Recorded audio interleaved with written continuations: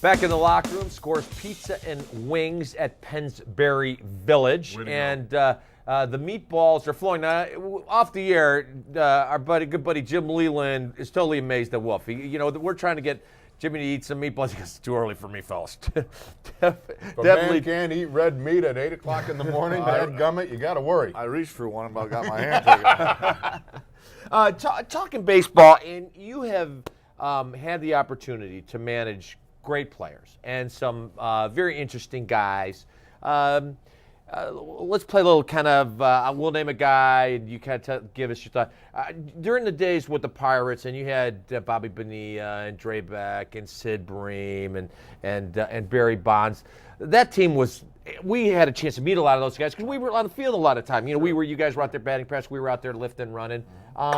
That team, what was that like? Great bunch of guys, and that was a good chemistry team. We had some fights.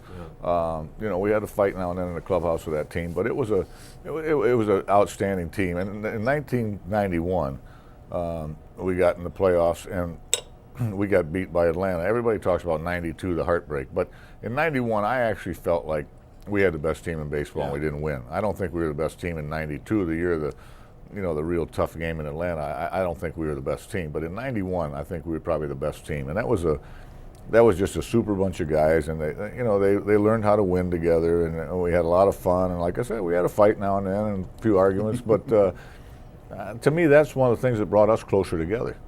Jim, who were your favorite players? Your favorite guy? Do you have one favorite guy that? Bob Walk was always my favorite. Because I'll never forget this. In like my first or second year managing, we're in New York. We had just come from Chicago. We got a couple pitchers hurt, so we were short of pitching. And I'll never forget, it was like snowing at Shea Stadium, and Bob Walker pitched in Chicago, and I needed somebody to pitch. I didn't have anybody. He took the ball for me and just went out there and gave me whatever he had. And for that reason, he became one of my favorites of all time. I really enjoyed the way he went about his business and everything. But the great part about the game to me, and I can say this honestly, I've managed 26 years, 15 in the major leagues, and I could count on one hand the guys I actually just didn't like. That's interesting. Yeah, and I mean that. I mean, guys, I just didn't like them, and no matter what we did, our personalities could never click, and I just didn't care for them. But obviously, I like some more than others, and I used to talk to the players. I said, "There's nothing wrong with that. I mean, I'm sure you guys are best of friends." And you have best friends for a reason. I mean, I got along with some better than others because my personality and their personality hit it off better. It didn't mean I didn't like the other guys. I would never let it get in the way of my judgment as far as winning games or playing people, but that's just nature. Mm-hmm. Barry Bonds, a guy that is in the midst of controversy. Is he a guy that, and not talking about the allegations as much as the personality, being in the media in this town, you hear stories, and I didn't know Barry, but misunderstood or eccentric? Yeah, Barry's one of those guys that I love Barry Bonds, and I do to this day. We still correspond. We exchange Christmas gifts. We talk. I'm a big fan of Barry Bonds, always will be. He's obviously the best player I ever managed. I think he kind of went out of his way to make people not like him. And he didn't treat everybody very good. There's no question about that. But in my case, I kind of saw through that. And a lot of people say, how'd you get along so well with Bonds and how'd you handle him? And Barry Bonds is one of those guys, I really believe this, and I believe there's people like this. Barry was one of those guys that if he thought you liked him, he was going to take you to the test. But if he wasn't sure whether you liked him or not, you pretty much had him where you wanted him. And so I purposely went out of my way. I'd speak to him for 3 straight days, and I might not talk to him for a week. And I knew Barry was always in the back of his mind saying, I don't know if that guy likes me or not, And I think for that reason, we always had a great relationship. But Barry did a lot of things behind the scenes in Pittsburgh to help people. I think he never got the credit for it. And I think there was a couple guys during that era, I think they went out the wrong way. I mean, I got criticized for leaving, which is fine, but I think when they went out, if they would have just said, hey, I love Pittsburgh, it's been great, I've enjoyed it, I've enjoyed the city, because they did. I think they tried to justify leaving, when in reality, all they had to say was, hey, look, here's my pot of gold, they can't afford to take it. pay How do it. you not take They it? can't afford to pay it here, and I'm going to move on. Right. And I think if if they would have handled it like that, it would have been a lot easier for them. Jim, the Hall of Fame came out now. Who do you like, don't like? Any of them? Well, that's a great question. Obviously, Gwynn and Ripken belong there. I'm a big advocate that McGuire belongs there. A lot of people disagree with that, but to my knowledge, there's never been any proof that McGuire did anything wrong.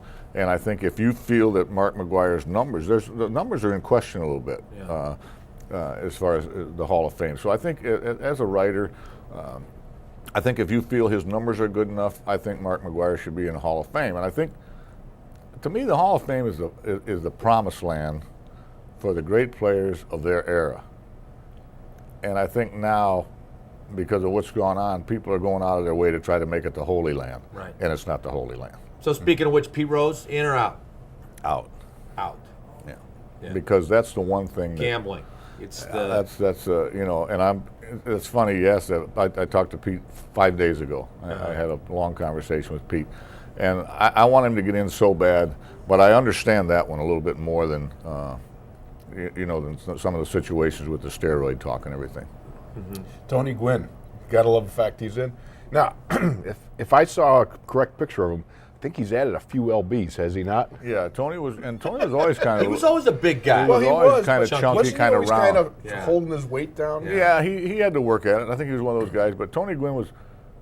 It's funny because we used to talk about how do you pitch Tony Gwynn, and we kind of figured out at the end that the best way to pitch. This sounds crazy, but the best way to pitch Tony Gwynn was to throw it right down the middle, because if you threw it outside, he'd automatically go the opposite way with it. If you threw it inside, he'd automatically pull it.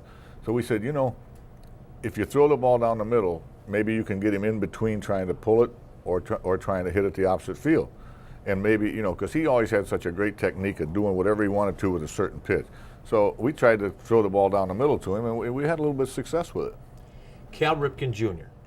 To me, that's amazing. That never missed a day of work. What do you think of that? Well, I'm a great friend of Cal's. In fact, I'm doing a forward to his book. Billy and Cal are writing a book now. They're doing a lot for amateur baseball. Right. And they asked me. I was really honored. They asked me to write the forward for the book. I've done Cal's fantasy camps, but I knew his dad. I managed against his dad, and there's just a tradition of baseball there that the most important thing I like about Cal Ripken is he did things right, and that's what I've tried to take into Detroit.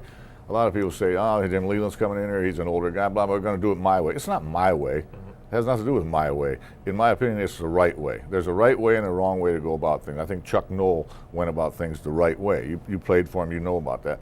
And I think there's something to that. So the Ripken family always did things the right way. And obviously the Hall of Fame was a slam dunk for him. Now you're going to sit down and type that out yourself, the foreword? Well, I already did it. I'm not going to type it, and I can't email because I can't even touch a computer. But I was really flattered about That's it. cool. So it's kind of nice. Jimmy, thanks for joining us. Great insight. The best of luck. We'll be pulling for the Tigers this year. I appreciate it. Thank you. right. Thanks for having me. Jimmy Leyland, we're going to take a break. When we come back to the locker room, we will have Jim Wexell from SteelCityInsider.com and Steelers Digest and Pro Football Weekly. And we're going to be talking a little bit about the Steelers' search for head coach, and we're going to break down the playoffs coming up this weekend right here in the locker room with Scores Pizza and Wings at Pennsbury Village.